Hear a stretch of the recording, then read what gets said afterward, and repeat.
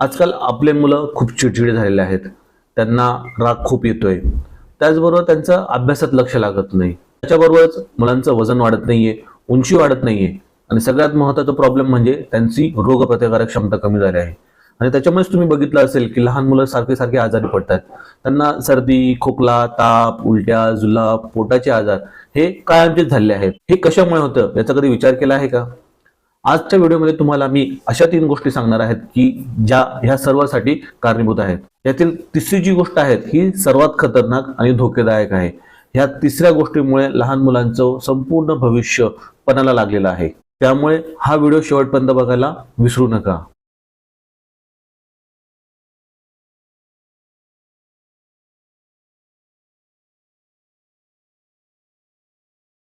नमस्कार, मी डॉक्टर रवी, तुमच्या लहान मुलांचा हॉलिस्टिक वेलनेस कोच. आजच्या व्हिडिओमध्ये आपण बघणार आहोत अशा 3 धोकादायक गोष्टी की ज्याच्यामुळे आपल्या लहान मुलांचं भविष्य पणाला लागलेलं आहे. आणि ह्या 3 गोष्टी जर आपण टाळल्या तर आपल्या मुलांचं भविष्य नक्कीच आरोग्यदायी, सुखदायी आणि चांगलं बनणार आहे. चला सुरू करूया. यातला पहिला पदार्थ आहे ते म्हणजे जंक फूड. जंक फूड म्हणजे जे पॅकेज फूड आहे किंवा कुरकुरे, चिप्स, कॅडबरी, आईस्क्रीम ह्यासारखे जे पदार्थ आहेत, त्याचबरोबर वडापाव, पिझ्झा, बर्गर हे जे पदार्थ आहेत हे जंक फूड्स या कॅटेगरीमध्ये येतात. ह्या जंक फूड्समुळे लहान मुलांची भूक खूप मंदावलेली आहे, त्यांची पचनशक्तीवर खूप मोठा परिणाम झालेला आहे. आजकाल जंक फूड हे इझिली अवेलेबल झाल्यामुळे आई लोकांना पण पालकांना पण हा खूप शॉर्टकट झाला आहे, सोपा उपाय झाला आहे. त्याच्यामुळे बऱ्याच वेळा लहान मुलांच्या डब्यामध्ये, टिफिनमध्ये किंवा वरचेवर खाण्यामध्ये जंक फूडचं प्रमाण खूप वाढलेलं आहे. याचा सर्वात मोठा दुष्परिणाम हा आहे की जंक फूड्समध्ये ज्या गोष्टी टाकलेल्या असतात, ज्या गोष्टींचा समावेश असतो, ह्या गोष्टी ह्या आतड्यांसाठी, ह्या पचनासाठी अतिशय घातक असतात. ह्या गोष्टींचा आतड्यांवर, आमाशयावर, लिव्हरवर, किडनीवर खूप मोठा परिणाम होतो. त्याच्यामुळे मुलांची भूक ही कमी होते आणि साहजिकच याचा परिणाम म्हणून लहान मुलं जे घरचं जेवण करायला पाहिजे ते तिथून लांब पळतात आणि जंक फूडच्या मागे लागतात. जंक फूडमध्ये टेस्ट किंवा चव ही चांगल्या पद्धतीने वाढवलेली असते. त्याच्यामुळे मुलं घरचं खाण्याला कमी प्रेफरन्स देतात आणि जंक फूडच्या मागे जास्त लागतात. पण मुलांना हे कळत नाही की त्याचा दुष्परिणाम किती आहे किंवा त्याच्यामुळे त्यांच्या आयुष्यामध्ये किती घातक दुष्परिणाम होणारे, वाईट परिणाम होणार आहेत. पण हो, पालक म्हणून आपल्याला ह्या सगळ्या गोष्टींची कल्पना आहे, आयडिया आहे. त्याच्यामुळे वेळीच आपण पाऊल उचलून ह्या गोष्टींवर कंट्रोल आणला पाहिजे. दुसरा पदार्थ आहे बेकरी आयटम्स किंवा बेकरीचे पदार्थ.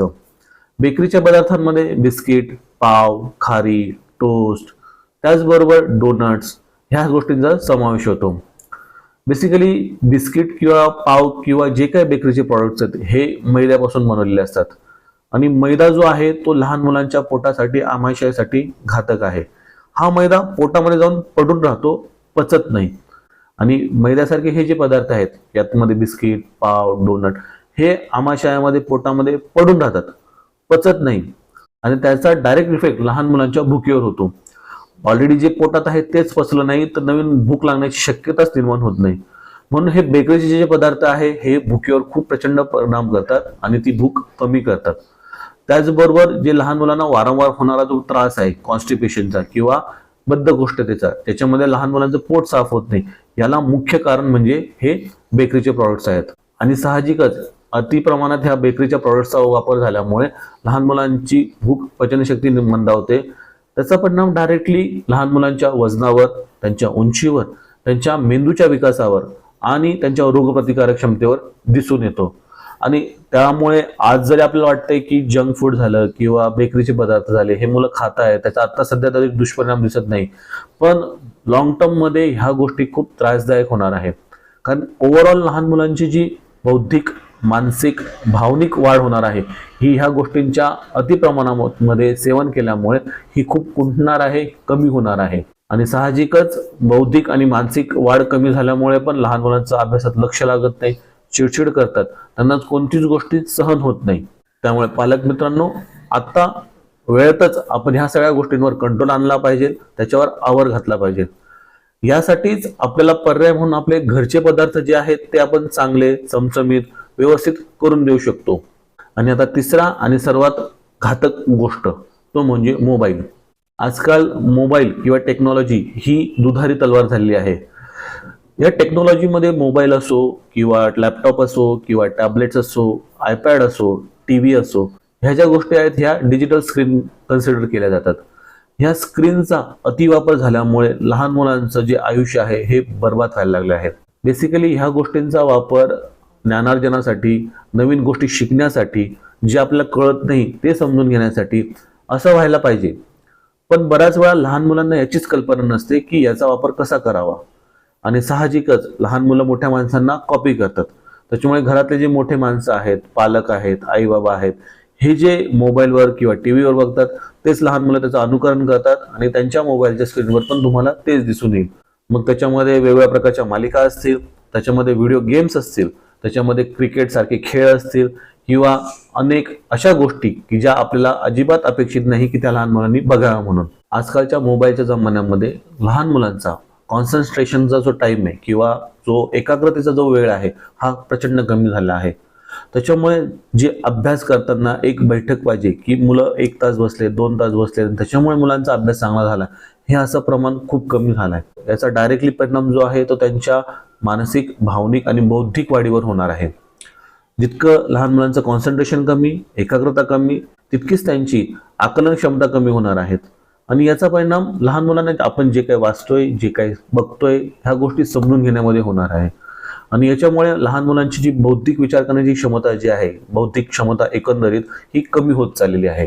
त्यामुळे पालक मित्रांनो, माझी तुम्हाला कळकळीची विनंती आहे, ज्या वेळेस तुमच्यासमोर आपले घरातील लहान मुलं असतील त्यावेळेस मोबाईल असो, टीव्ही असो, लॅपटॉप असो, अशा स्क्रीनचा वापर कमीत कमी करा किंवा टाळा. जितका तुम्ही हा वापर टाळा आणि त्याच्याऐवजी पुस्तकं किंवा एकमेकांबरोबर गप्पा मारणं ह्या गोष्टींमध्ये तुम्ही हा वेळ घालवाल, तितकं लहान मुलं तुम्हाला त्या गोष्टींमध्ये कॉपी करतील आणि त्याच्यामुळे त्यांचा भविष्य सुधारण्यास चांगली मदत होऊ शकते.